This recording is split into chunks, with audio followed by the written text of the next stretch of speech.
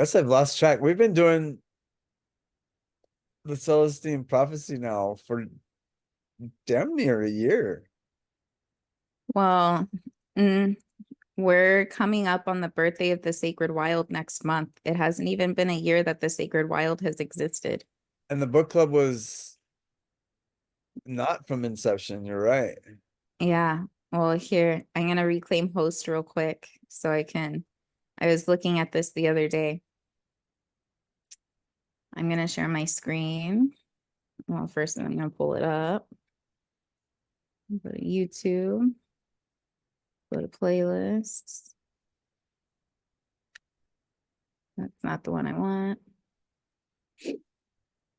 I was Real looking at this a while ago when I was transitioning all of the videos into of the book club into the path. So any all of the videos are all of the replays of all of the book clubs are broken up in between all the books in the path at the very bottom. And so I share my screen and I was just like, wow, there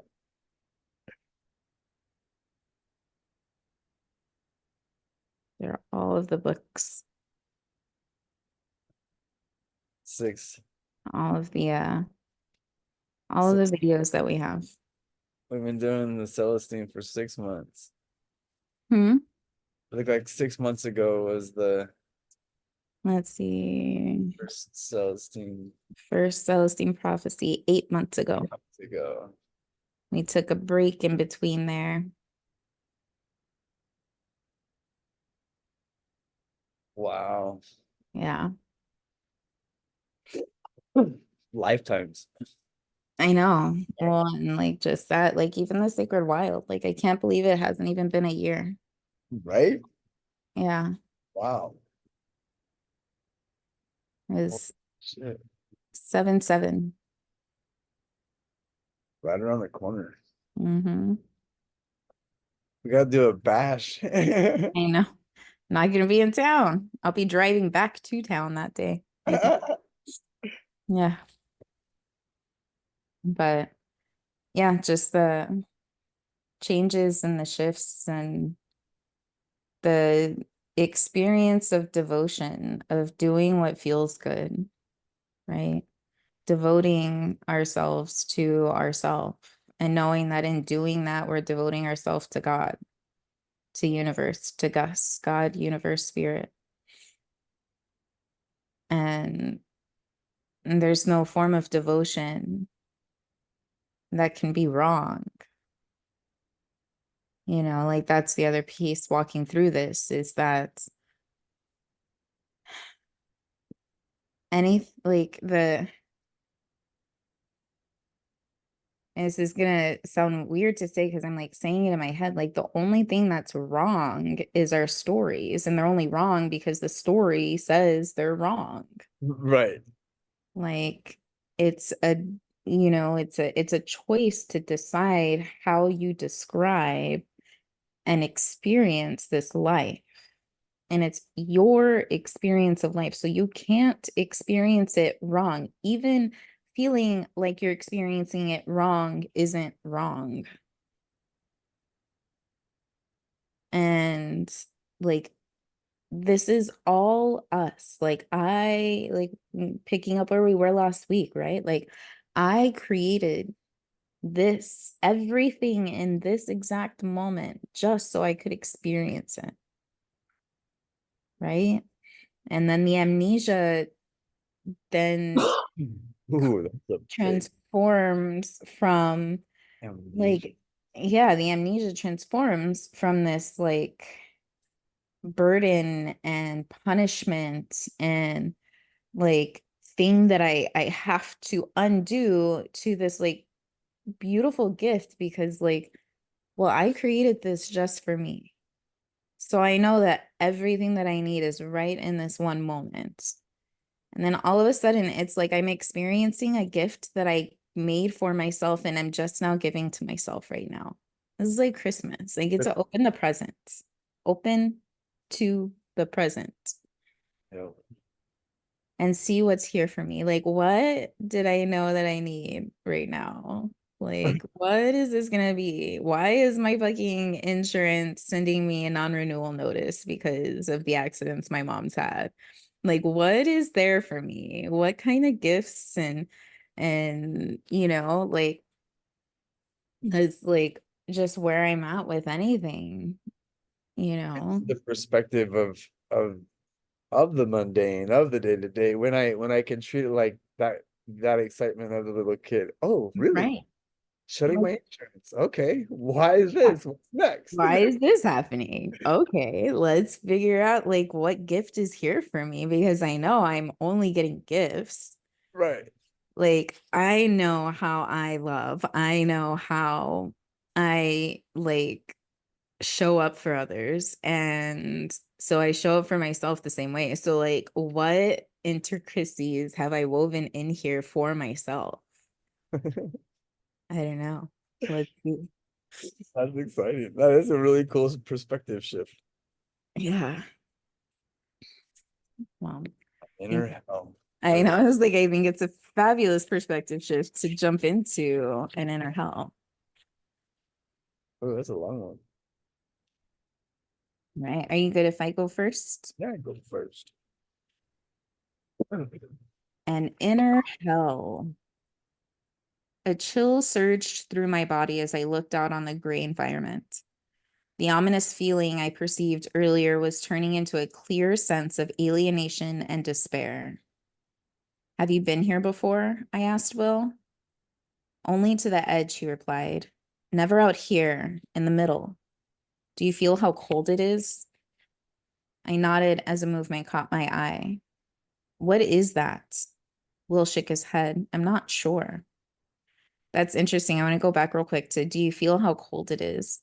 And Uh, that immediately took me to when people experience ceremony and are just freezing. Like that's an indication that they're experiencing their own inner hell. oh, and you mentioned that as you were walking out the door last night. I'm always cold. Yeah. But I also always say, like, oh, okay, I'm acclimated to the darkness now. I know where I am. Like, hell isn't a bad thing for me anymore. I get to play in hell. I get to, I've befriended my demons. I know they're all there to support me and guide me. Like, it was just a matter of learning how to speak their language, right? Like, I wasn't listening from the perspective of love and worthiness. So I just felt like my inner hell and my demons were there to attack me. But really, they're like, hey, watch out for this, not, hey, you are this. You Right. Huh. Will shook his head. I'm not sure. A swirling mass of energy seemed to be moving in our direction. It must be another soul group, I said. As they came closer, I tried to focus on their thoughts, feeling an even greater sense of alienation, even anger. I tried to shrug it off, open up more. Wait, I vaguely heard Will say, you're not strong enough. But it was too late. I was suddenly pulled into an intense blackness, and then beyond into a large town of some kind. In terror, I looked around, struggling to keep my wits and realized that the architecture indicated the 19th century. I was standing on a street corner full of people walking by, and in the distance was the raised dome of the Capitol building. At first, I thought I was actually in the 19th century, but several aspects of the reality were wrong. The horizon faded out to a strange gray color, and the sky was olive green, similar to the sky above the office construction that Williams had created when he was avoiding the realization that he had died. Then I became aware of four men watching me from the opposite street corner. An icy cold feeling swept my body. All were well dressed, and one cocked his head and took a puff from a large cigar. Another checked a watch and returned it to his vest pocket. Their look was sophisticated but menacing.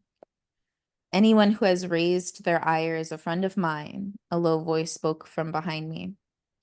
I turned to see a large barrel-shaped man, also well dressed and wearing a wide-brimmed felt hat. walking toward me. His face seemed familiar.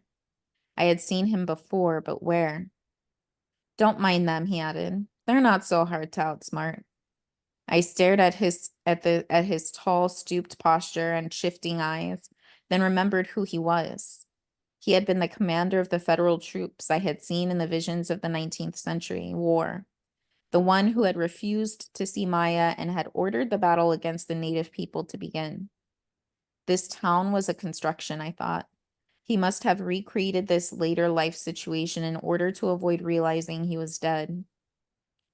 This is not real, I blurted. You're, deceased. He seemed to ignore my statement. So what have you done to piss off that bunch of jackals? I haven't done anything. Oh, yes, you've done something. I know that look they're giving you. They think they run this town, you know. In fact, they think they can run the whole world. He shook his head. These people never trust fate. They think they're responsible for seeing that the future turns out exactly as they plan. Everything. Economic development, governments, the flow of money, even the relative value of world currencies. All of which is not a bad idea, really. God knows the world is full of peons and idiots who will ruin everything if left to their own devices. The people have to be herded and controlled as much as possible. And if one can make a little money along the way, why not? But these nuts tried to run me. Of course, I'm too smart for them. I've always been too smart for them. So what'd you do? Listen, I said, try to understand. None of this is real.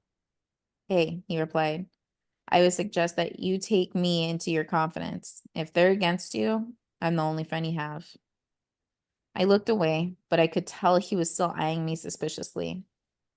They're treacherous people, he went on. They'll never forgive you. Take my situation, for example.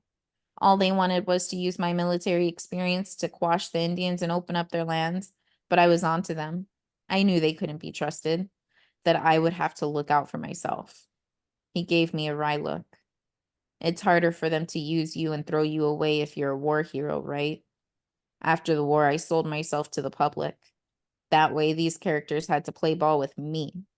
But let me tell you, never underestimate these people. They're capable of anything.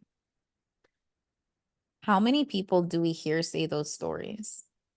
Like all of these words that he's saying on a Every daily basis, like that is the world that they live in. yeah. He backed away from me a moment, as if pondering my appearance. In fact, he added, they may have sent you as a spy. At a loss as to what to do, I started to walk away. You bastard, he yelled. I was right. I saw him reach into a pocket and pull a short knife. Petrified, I forced my body to move, running down the street and into an alleyway. His footsteps heavy behind me. On the right was a door partially open. I ran through it and slid the bolt into the locked position. My next breath drew in the heavy odor of opium. Around me were dozens of people, their faces staring absently up at me. Were they real, I wondered, or part of the constructed illusion? Most quickly turned back to their muted conversations and hookah pipes, so I started to walk through the dirty mattresses and sofas to another door. I know you, a woman slurred. She was leaning against the wall by the door, her head hanging forward as if too heavy for her neck. I went to your school. I looked at her in confusion for a moment, then remembered the young girl in my high school who had suffered from repeated episodes of depression and drug use, resisting all intervention. She had finally overdosed and died. Sharon, is that you? She managed a smile. I glanced back at the door, concerned that the knife-bearing commander might have found a way inside. It's okay, she said. You can stay here with us. You'll be safe in this room. Nothing can hurt you. I walked a step closer and as gently as possible said, I don't want to stay. All this is an illusion. As I said that, 3 or 4 people turned and looked at me angrily. Please, Sharon, just come with me. 2 of the closest stood up and walked over beside Sharon. Get out of here, one told me. Leave her alone. Don't listen to him, the other said to Sharon. He's crazy. We need each other. I stooped slightly so I could look directly into Sharon's eyes. Sharon, none of this is real. You're dead. We have to find a way out of here. Shut up, another person screamed. 4 or 5 more people walked toward me, hate in their eyes. Leave us alone. I began to back toward the door. The crowd moved toward me. Through the bodies, I could see Sharon turning back to her hookah hose. I turned and ran through the door only to realize that I wasn't outside. I was in an office of some kind, surrounded by computers, filing cabinets, a conference table, modern 20th century furniture and equipment. Hey, you're not supposed to be in here, someone said. I turned around to see a middle-aged man looking at me over his reading glasses. Where's my secretary? I don't have time for this. What do you want? Someone's chasing me. I was trying to hide. Good God, man, then don't come in here. I said I don't have time for this. You haven't the slightest idea what I have to do today. Look at these case files. Who do you think will process them if I don't? I thought I saw a look of terror on his face. I shook my head and looked for another door. Don't you know you're dead? I asked. This is all imagined. He paused, the look of terror shifting to anger, then asked, how did you get in here? Are you a criminal? I found a door that led outside and ran out. The streets were now completely empty except for one carriage. It pulled up to the hotel across from me, and a beautiful woman, dressed in evening attire, got out and glanced over toward me, then smiled. There was something warm and caring about her demeanor. I dashed across the street toward her, and she paused to watch me approach, her smile coy and inviting. You're alone, she said. Why don't you join me? Where are you going? I asked tentatively. To a party. Who's going to be there? I have no idea. She opened the door to the hotel and motioned for me to come with her. I followed aimlessly, trying to think of what to do. We walked into the elevator and she pushed the button for the 4th floor. As we rode up, the sensation of warmth and caring increased with each floor. Out of the corner of my eye, I saw her staring at my hands. When I looked, she smiled again and pretended to have been caught. Do you it keeps flashing in my head. The last few paragraphs when the shape shifting is happening and he's going into one room and into another century and into another room and into another. I, like I'm getting goosebumps with the relation to that in the festival, the burn, the even the fundraiser. Like I physically have those moments exactly like that in those experiences where I like I'll be I'll be deep into something in my head or into the process, and all of a sudden the whole scene will change and everybody will be the same but completely different. Like it's in a different time space and it's in a different it, what he just painted there is very vivid to me for some reason, and it's shouting at me right now. Like that's that. I remember Steve making a comment about your journey with one of the nights, and you guys had gotten into something, gotten into an argument or something, and By surprise. you had decided to disappear, and he was like, and she walked out of the trailer, and the burn does what the burn does, and I remember like Oh, I remember the gravity of that through my experiences with that statement. The burn does what the burn does. Like all of a sudden, everything has changed. There's no more dirt. Everybody's super familiar but very foreign. I know the energy of this person and this person and this person. I've never met them before in my life. I don't know what this has just been. It's been a really weird read all of a sudden for me, like because that experience is so vivid in that. Oh, this is I've done this. I know these people. I wrote this mantra. You know what I mean? Like that yeah. it's I weird, man. know exactly what night he's referring to, and it's interesting because that happened right after the burn did what the burn does to him. We had misdosed ourselves with LSD and went out. we're exploring, and he like we barely got to the bathroom, and he was like, I need to go back to the trailer. And I sat with him for a few hours while he journeyed and held space for him. And he finally got himself like finished his journey and went to bed. And then I was like, well, I want to go out and explore. And I literally walk out of the trailer, don't even get outside of our camp. And I'm like, holy fuck, just terror all down me. And so I go inside, and that was the medicine, like, oh no, no, don't think you're getting away from your journey. And so I went in and laid down. He was asleep, and finished my like and went through my journey. And it was that moment because that was the first night of the burn. We overdid it, which apparently is the theme for me on the first night of the burn. And not overdid it, but did it just perfectly. But that's where it's like, who are you? Who are you? If you don't have to show up in any way, who are you with absolute freedom? Who are you when nothing's required of you? Who are you when you're not trying to be seen? Who are you when you don't have to wear any hats?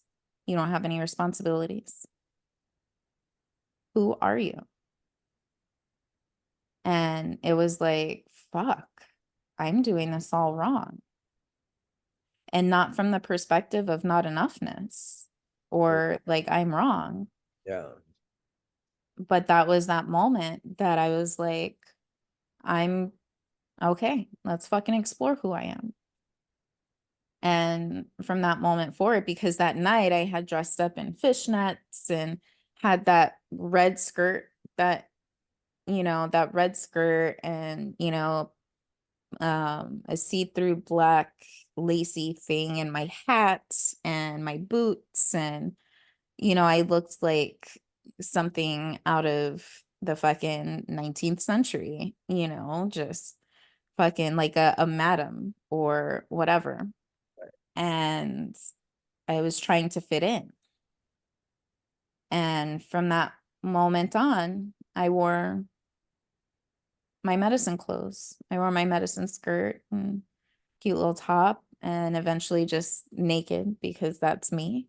And I sat and listened to people's stories and listened to what people had to say, because this is the place where people talk about what truly is important to them, where I get to like where I get to experience people talking to me the way I talk to people all the time.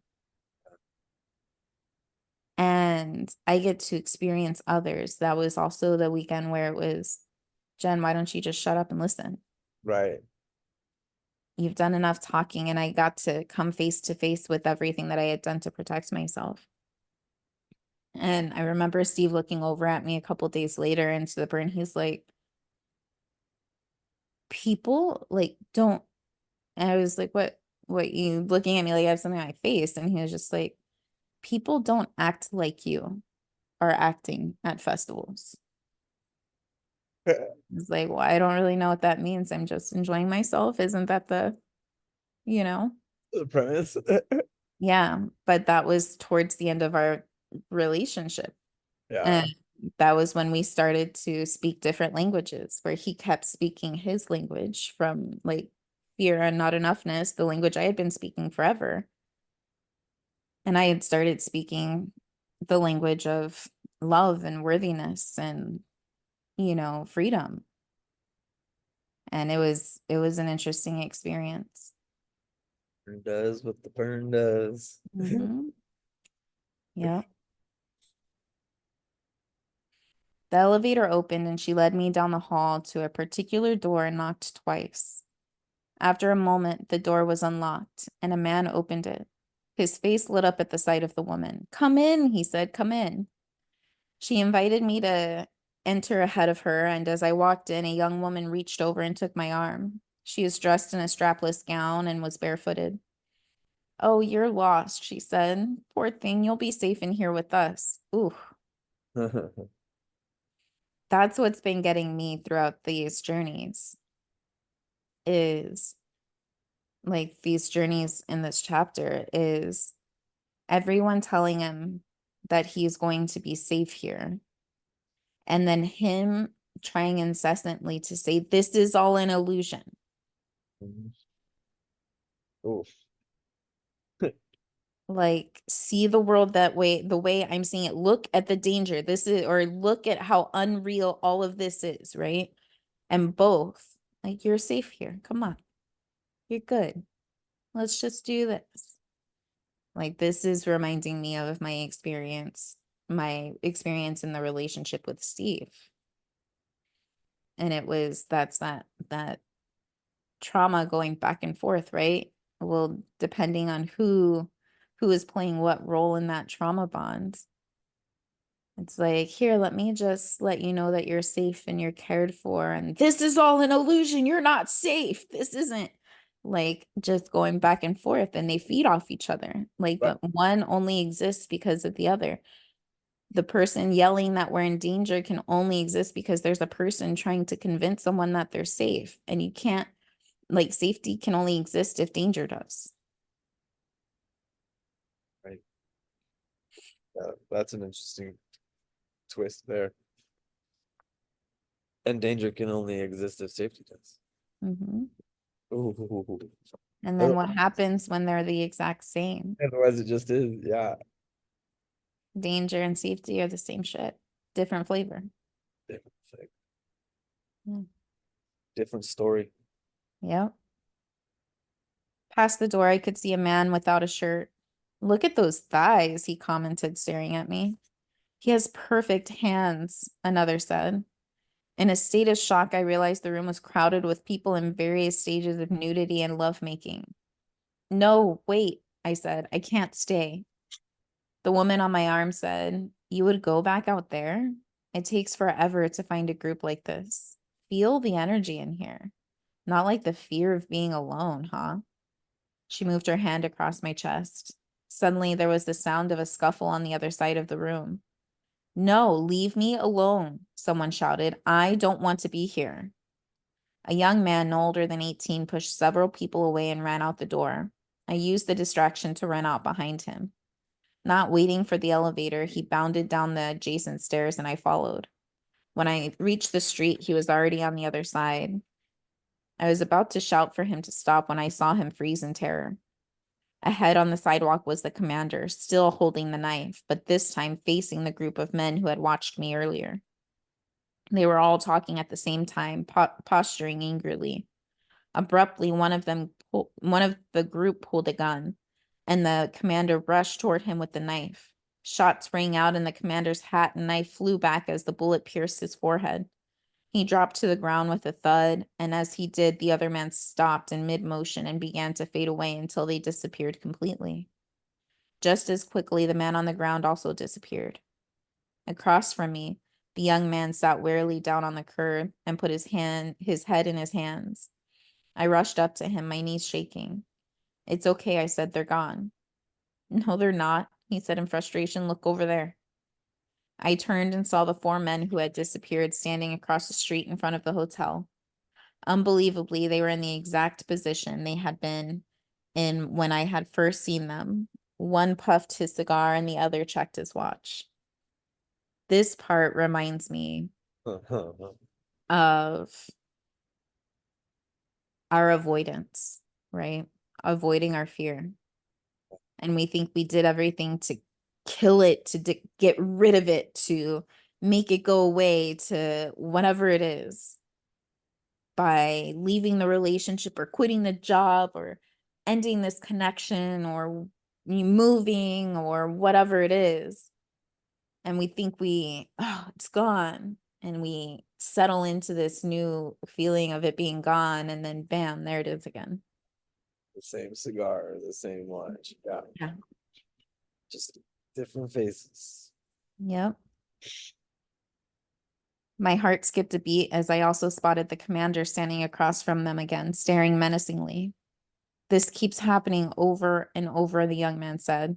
I can't stand this anymore. Someone's got to help me. Before I could say anything, two forms materialized to his right, but remained obscured out of focus. The young man stared at the forms for a long time, then, with a look of excitement on his face, said, Roy, is that you? As I watched, the two forms moved toward him until he was completely hidden by their weaving shapes. After several minutes, he had completely disappeared along with the two souls.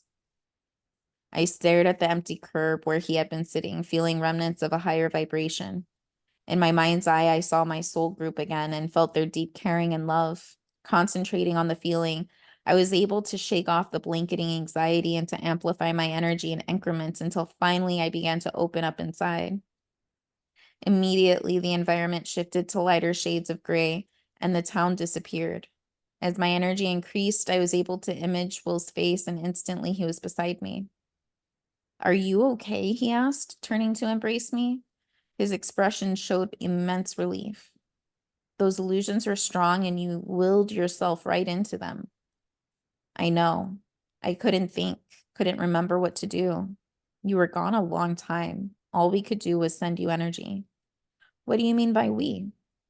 All these souls, Will's hand gestured outwardly. When I looked fully, I could see hundreds of souls stretching as far as I could see. Some were looking directly at us, but most appeared to be focused in another direction. I looked to see where they were staring, following their gaze to several large swirls of energy far in the distance. When I concentrated my focus, I realized that one of the swirls was in fact the town from which I had just escaped. What are those places? I asked Will. Mental constructions, he replied, set up by souls who in life lived very restrictive controlled dramas and could not wake up after death. Many thousands of them exist out here. Were you able to see what was happening when I was in the construction? Most of it, when I focused on the souls nearby, I could pick up on their view of what was happening to you. This ring of souls is constantly beaming energy into the illusions, hoping someone will respond. Did you see the teenage boy? He was able to wake up, but the others didn't seem to pay attention to anything. Will turned to face me. Do you remember what we saw during William's life review? At first, he couldn't accept that what was happening and he began to repress his death to the extent that he created a mental construction of his office. Yes, I thought of that when I was down there. Well, that's how it works for everyone. If we die, we have been so immersed in our control drama and routine as way to repress the mystery and insecurity of life to such a degree that we can't even wake up after death. Then we create these illusions or trances so we can continue the same way of feeling safe, even after we enter the afterlife. If William's soul group had not reached him, he would have entered one of the hellish places where you were. It's all a reaction to fear. The people here would be paralyzed with fear if they didn't find some way to ward it off, to repress it below consciousness. What they're doing is repeating the same dramas, the same coping devices they practice in life, and they can't stop. I think with that, I will pass. So these illusional realities are just severe control dramas. Yes, they fall within the general styles of the control dramas, except they are more intense and non-reflective. For example, the man with the knife, the commander, was no doubt an intimidator in a way he stole energy from others. And he rationalized this behavior by assuming that the world was out to get him. And of course, in his life on Earth, these expectations drew just those kinds of people into his life. So his mental vision was fulfilled. Here, he just created imaginary people to be after him so he could reproduce the same situation. If we were here to run out of people to intimidate, and his energy were to fall, anxiety would begin to step into consciousness again. So he was to keep up the intimidator role constantly. He has to keep this particular kind of action going. The action he learned long ago. The only action he knows that will preoccupy his mind sufficiently to kill the fear. It is the action itself, the compulsive, dramatic, high adrenaline nature of the action that pushes the anxiety so far into the background that he can forget about it, repress it, and feel half at ease in his existence, at least for a little while. What about the drug users? I asked. In this case, They were talking passively, the poor me, to the extreme of projecting nothing but despair and cruelty on the entire world, rationalizing a need to escape.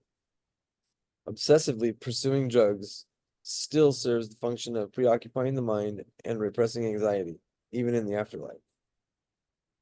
The physical dimension drugs often produce a euphoria, quite like the euphoria that comes from love. The problem with this false euphoria, however, is that the body resists the chemicals and counteracts them, which means that as the drug is repeatedly used, it takes increasingly larger dose to reach the same effect, which eventually destroys the body. Wow, that's interesting. I thought of the commander again. Something really strange happened down there. The man who was chasing me was killed, and then he seemed to come back to life and start the drama all over again. That's how it works in this self-imposed hell. All these illusions always play out and blow up in the end. If you had been with someone who had repressed the mystery of life by eating a great amount of fat, a heart attack might have ended it. The drug users eventually destroy their own bodies. The commander dies over and over, and so on. And it works the same way in the physical dimension. A compulsive control drama always fails, sooner or later. Usually, it happens during the trials and challenges of life. Routines break down, and the anxiety rushes in. It's what is called hitting bottom. This is the time to wake up and handle the fear in another way. But if a person can't, then he or she goes right back into the trance. And if one doesn't wake up in the physical dimension, one might have difficulty waking up in all the other as well. These compulsive trances account for all horrible behavior in the physical dimension. This is the physiological, the psychology of all true evil acts. The motivation behind the inconceivable behavior of child molesters, sadists, and serial monsters of all kinds. They're simply repeating the only behavior they know that will numb the mind and keep away the anxiety that comes from the lostness they feel. So you're saying, I interjected, that there's no organized conspiratorial evil in the world? No satanic plot to which we fall prey? None. There is only human fear and the bizarre ways that humans try to ward it off. What about the many references in sacred texts and scriptures to Satan? This idea is a metaphor, a symbolic way of warning people to look at the divine for security, not to their sometimes tragic ego urges and habits. Blaming an outside force for everything bad was perhaps important at a certain stage in human development. But now it obscures the truth, because blaming our behavior on forces outside of ourselves is a way of avoiding responsibility. And we tend to use the idea of Satan to project that some people are inherently evil, so we can dehumanize the ones we disagree with and write them off. It is time now to understand the true nature of human evil in a more sophisticated way and then to deal with it. If there is no satanic plot, I said, then possession doesn't exist. That's not so, Will said emphatically. Psychological possession does exist, but it's not the result of a cons conspray of evil. Conspiracy. Oh, that is Jesus. It is just energy dynamics. Fearful people want to control others. That's why certain groups try to pull you in and convince you to follow them and ask you to submit to their authority or fight you if you try to leave. When I was first drawn into that illusory town, I thought I had been possessed by some demonic force. No, you were drawn in because you made the same mistake you made earlier. You didn't just open up and listen to those souls. You gave yourself over to them, as if they automatically had all the answers. without checking to see if they were connected and motivated by love. And Mm. unlike the souls who are divinely connected, they don't back away from you. They just pulled you into their world, the same way some crazy group or cult might do to in the physical dimension if you don't discriminate. We'll pause as if in thought, then continue. All this is more of the 10th insight. That's why we're seeing it. As communication between the two dimensions increases, we'll begin to have more encounters with souls in the afterlife. This part of the insight is that we must discern between those souls who are awake and connected with the spirit of love and those who are fearful and stuck in an obsessive trance of some kind. But we must do so without invalidating the dehumanizing those caught in such fear dramas by thinking they are demons or devils. They are souls in a growth process, just like us, in fact. In the earth dimension, those who are now caught up in dreams from which they can't escape are often the very souls who are the most optimistic in their birth visions. I shook my head, not following his meaning. That is why, he continued, they choose to be born into such drastic, fearful situations that necessitate such intense, crazy coping devices. Oof. Mm-hmm. You're talking about coming into an abusive, dysfunctional families, that sort of situation? Yes. Intense control dramas of all kinds, whether they are violent or just perverse and strange addictions, come from environments where life is so abusive and dysfunctional and Constrictive. constrictive, and the level of fear is so great that they spawn the same rage and anger or perversion over and over, generation after generation. As individuals who are born into these situations choose to do so on purpose, with clarity. The idea seems so preposterous to me. Why would anybody want to be born into a place like that? Because they were sure they had enough strength to break out, to end the cycle, to heal the family system in which would be born. They were confident that they could awaken and work through the resentment and anger at finding themselves in these deprived circumstances and see it as a preparation for a mission. Mic drop. Usually one of helping others out of similar situations. Even if they are violent, we have to see them as having the potential to break free of the drama.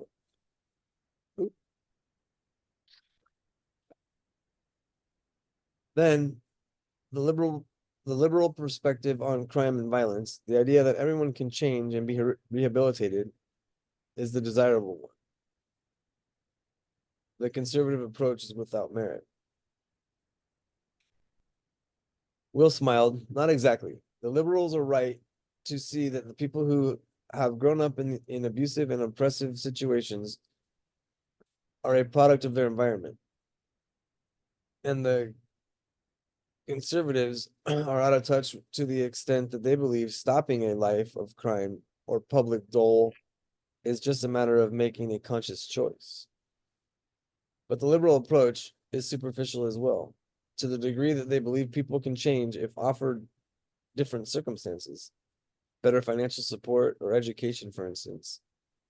Usually, intervention programs focus only on helping others to better their decision making and their economic choices.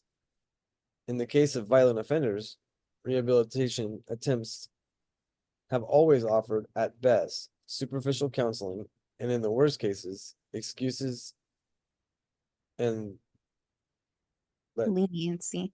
leniency, which is precisely the wrong thing to do. Every time someone with a disturbed control drama is slapped on the hand, turned loose with no consequences, it enables the behavior. Oop, I just lost my space.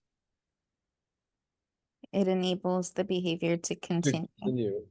and reinforces the idea that this behavior is not serious, which just sets up the circumstances that guarantee it will occur again.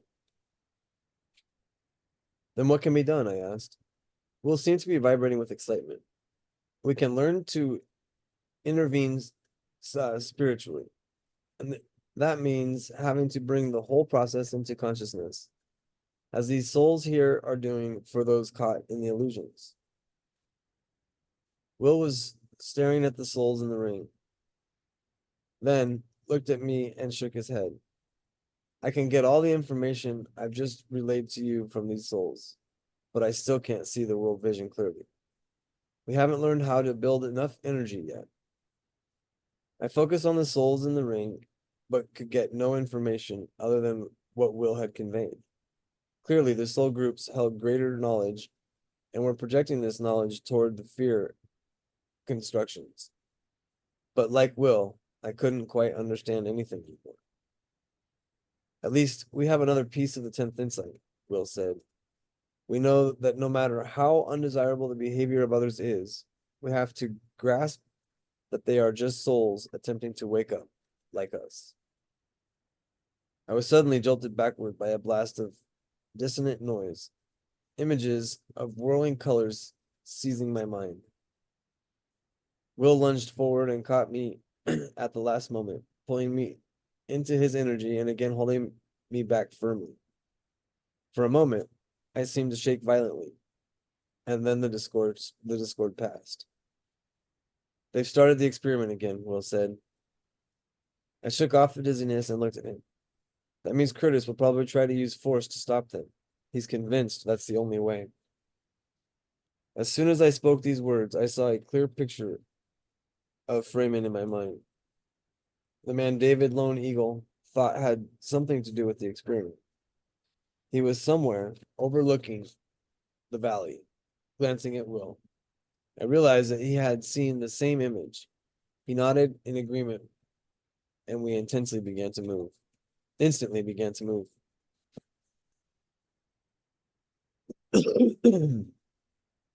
When we stopped, Will and I were facing each other. Around us was more gray. Another loud, disharmonious sound shattered the silence, and Will's face began to lose focus. He continued to hold me after several moments, and the sound ended. These sound bursts are coming more frequently now, Will said. We may not have much time left. I nodded, fighting the dizziness. Let's look around, Will said. As soon as we focused on our surroundings, we saw what appeared to be a massive energy several hundred yards away. Immediately, it closed to within 40 or 50 feet. Be careful, Will cautioned. Don't identify completely with them. Just listen and find out who they are.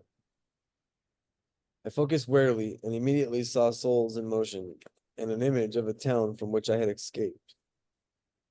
I recoiled in fear, which actually made them come closer to me. Stay centered in love, Will instructed. They can't pull us in unless we act as though we want them to save us. Try to send them love and energy. It'll either help them or make them run away. Right there. Like that whole first piece, right? The don't identify completely with them, just listen and find out who they are. Like that's that piece of discernment. As you know, I'm walking into the the process of learning what it is to be in right relation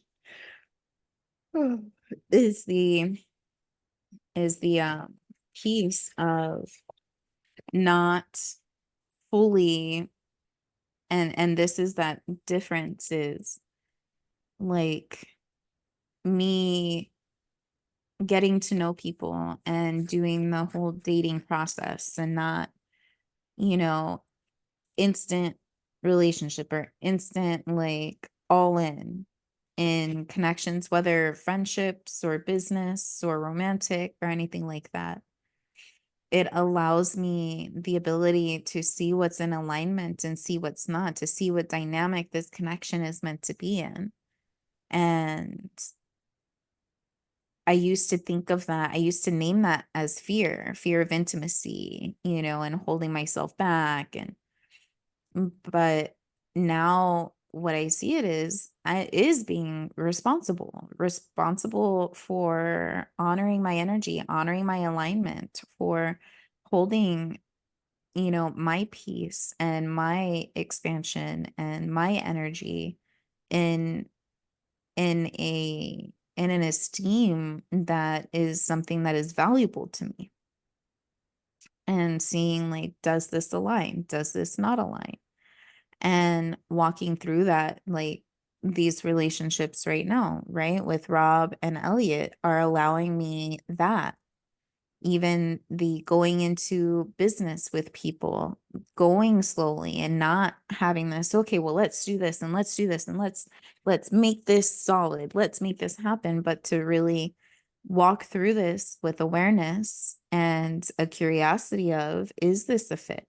Let's continue these steps. And are these things that align for me? Is the way that the people that are here in my life offering to do business with me and to create nonprofits with me, is how they approach business, is how they approach, creation in a way that aligns with me. And alignment is no longer, is it the same, but does it fit? Does it complement? Like, it's not about being the same anymore. It's about, do the differences complement, support, and help each other rise and raise. And then that other piece, right? They can't pull us in unless we act as though we want them to save us. Try to send them love and energy. It'll either help them or make them run away. And like, that's that piece of liberation, right? I get to walk in the energy that aligns for me. I get to walk with those values. I get to walk with in the energy that is me, right? And I get to choose to show up in love. I get to choose to reflect compassion and acceptance and freedom. And that's either going to be received and help people rise to a higher vibration, or it's going to be rejected and deflected and make people go away. But if I don't play into the drama, if I don't play into the story, then the story doesn't have room to exist.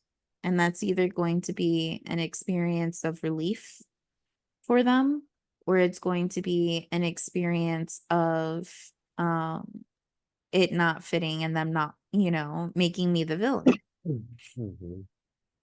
And I saw this clip that of Maestra speaking. She's like, you can't, if somebody has a story where you're the villain, you can't change that for them.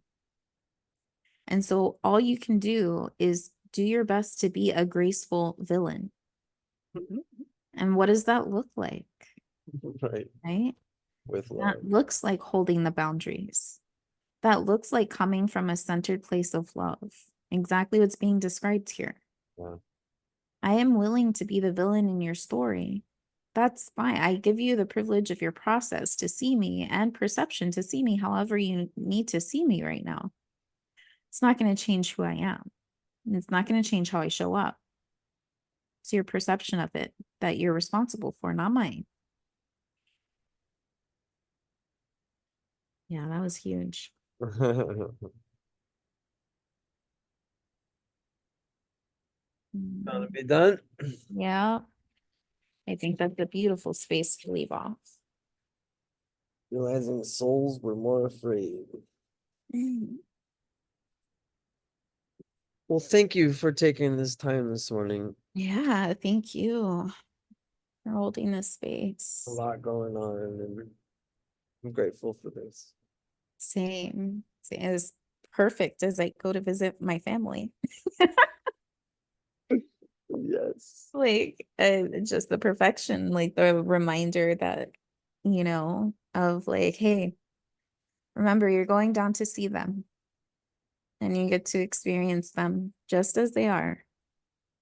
And there's again, like, I've been contemplating this over the last few weeks is the responsibility that comes with awareness and liberation and holding these deep reflections for everybody of it's not about getting them to see anything. It's about allowing myself to see them and allowing them to feel seen. I'm not going to change the reflection that I hold for people. I'm going to show up the way that I show up. And to know that to some people who experience me, that creates a really big impact in their life. And in that, like, the responsibility comes in holding my vision of myself, not falling into their perception, no matter how hard they try to convince me, right? And so I'm very interested and curious and very excited to see my family. And that's something that I'm very much enjoying is the excitement to go down and be with them.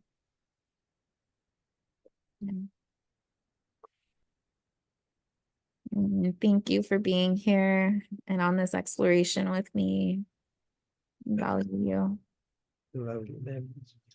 I love you too. Enjoy your day. And then I added you as a host for the rising ritual tomorrow if you guys still wanted to hop on. And then I'm just gonna play it by ear and see where I'm at. My internal clock is to wake up super early in general, so we'll see. I wouldn't be surprised, but I'm not gonna force myself. Nice. Well, if I see you tomorrow morning, awesome. If not, enjoy your time. Thank you. I love you. You too. Have a phenomenal weekend. I will. Good. Talk to you soon. Okay.